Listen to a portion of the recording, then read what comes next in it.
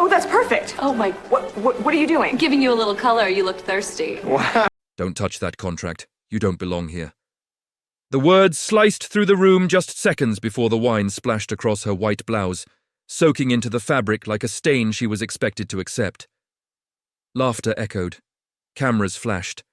And for a moment she stood there, silent, still dismissed, as if she were merely a decoration in a room she had built.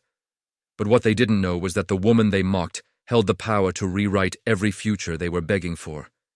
This is the story of the wife they underestimated, and the empire she secretly owned. Welcome, story lovers. Where are you watching from? Hit the like button and drop your city name in the comments so we can see how far our story travels. Before the humiliation, before the whispers and the spilled wine, Amara lived a life carved carefully between quiet excellence and intentional invisibility. She had always believed in building without needing applause. While the world argued loudly about who deserved power, she worked behind the scenes, stacking success brick by brick until her empire stood taller than the voices that once doubted. Most people saw her as soft-spoken, almost reserved, choosing silence over confrontation. But those close to her knew the truth. Her silence wasn't weakness. It was a strategy. Amara believed that absolute power rarely needed to announce itself. Outside the boardroom spotlight, she spent her days managing philanthropic programs, mentoring young black entrepreneurs, and expanding community projects. She preferred it that way, far from corporate chaos, far from the egos that filled rooms and fed off domination. Her husband, Darius, handled the external face of their holdings. He didn't mind taking public credit. She didn't mind letting him take it.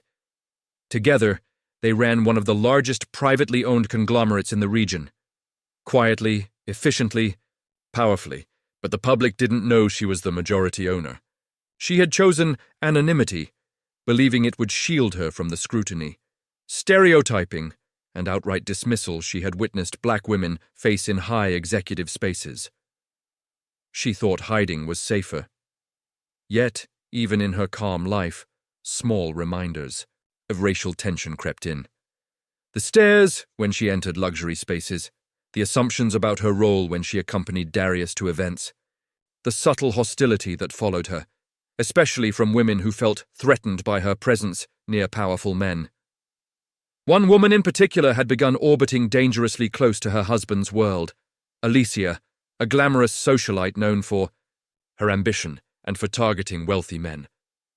Rumors swirled, the kind designed to provoke tension, but Amara refused to be rattled.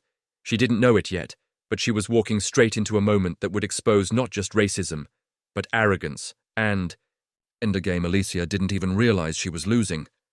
The day of the negotiation began quietly, almost deceptively so.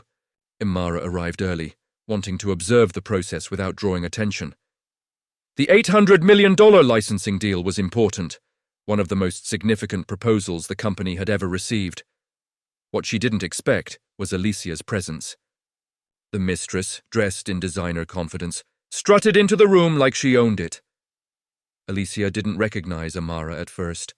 Most never did. To them, she was just the assistant, the wife, or the token. Alicia's eyes slid over her with an expression that hovered between amusement and disdain. Executives chattered, analysts circled their documents, and investors murmured about numbers and projections. Alicia, however, was focused on being seen, laughing. Loudly, touching Darius a bit too freely, claiming space that wasn't hers. The men encouraged it, feeding off her flirtation as though it were part of the negotiation.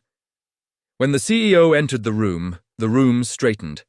Everyone lined up near the conference table. Amara found a seat in the corner, unnoticed by most.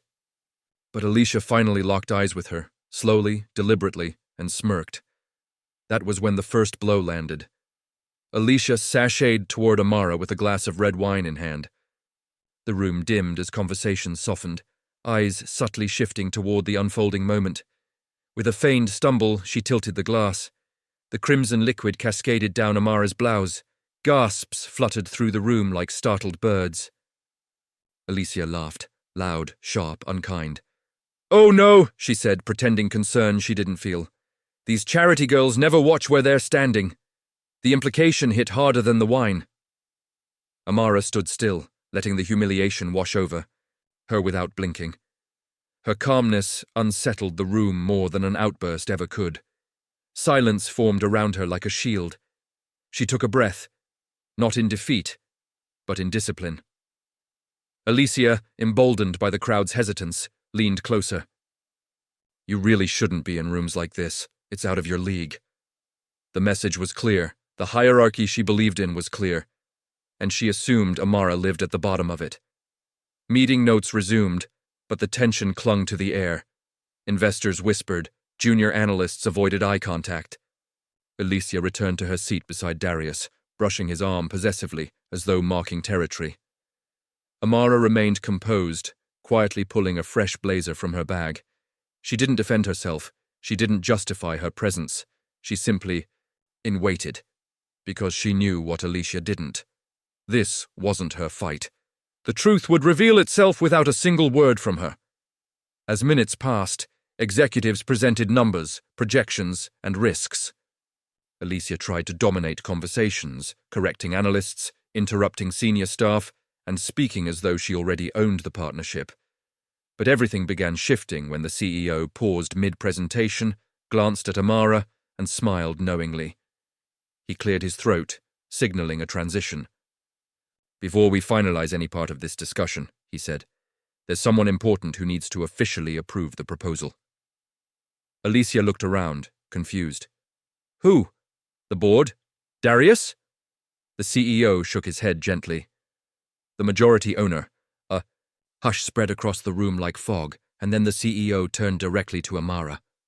"Mrs. Okoye, would you like to join us at the head of the table?" The room froze. Alicia's smirk fractured into disbelief. Amara walked toward the head of the table with unhurried confidence, each step stripping power away from Alicia's arrogance. The room watched her transform, not because she changed, but because their understanding of her did.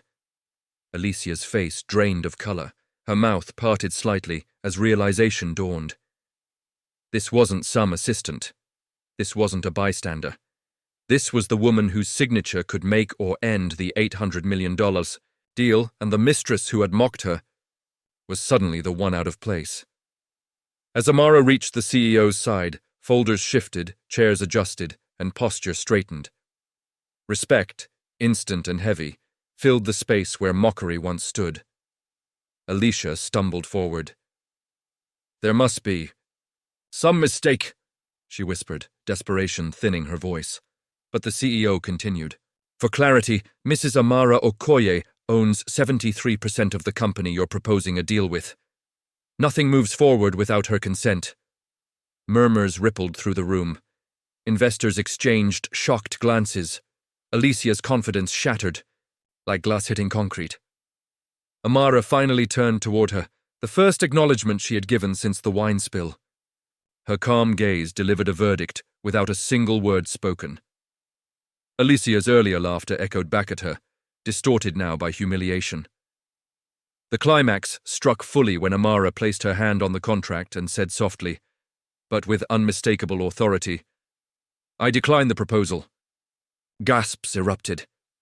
Alicia choked on a breath, eyes wide, pride dissolving in front of everyone. Every cruelty she had delivered, every assumption she had made, every ounce of arrogance she had weaponized crumbled in a single moment of truth. "Dear audience, where are you watching from? Drop your city name in the comments!" When the meeting concluded, the ripple effects traveled far beyond the negotiation room. Investors whispered about the woman they had underestimated. Analysts replayed the moment the truth surfaced. And Alicia, once confident, once smug, disappeared quietly, her influence dissolved. Darius approached Amara, shame resting heavily on his shoulders. He had allowed someone like Alicia too close to their world, blinded by charm and distraction. But Amara didn't need to scold him. The humiliation he felt was its own lesson. As they walked out of the building together, staff, members who once looked through her, now looked at her with reverence. Respect was restored, not because of her title, but because she had shown restraint in the face of blatant disrespect. Amara didn't rain vengeance. She didn't embarrass Alicia in return. She simply revealed the truth. And sometimes, truth is the most potent form of justice. The incident became a quiet reminder echoed across corporate corridors. Never underestimate a black woman in power, especially not the one who built the room you're standing in. Amara went back to her life of impact, her community programs, her silent philanthropy, knowing that moments like these were more than personal wins. They were societal mirrors reflecting the racism, assumptions, and entitlement that too many women like her face daily. And the world needed those mirrors, needed those truths, because the real question lingered long after the meeting ended. How many more brilliant black women walk into rooms built for them, only to be treated like they don't belong? Thanks for watching. Subscribe for more powerful stories and new videos.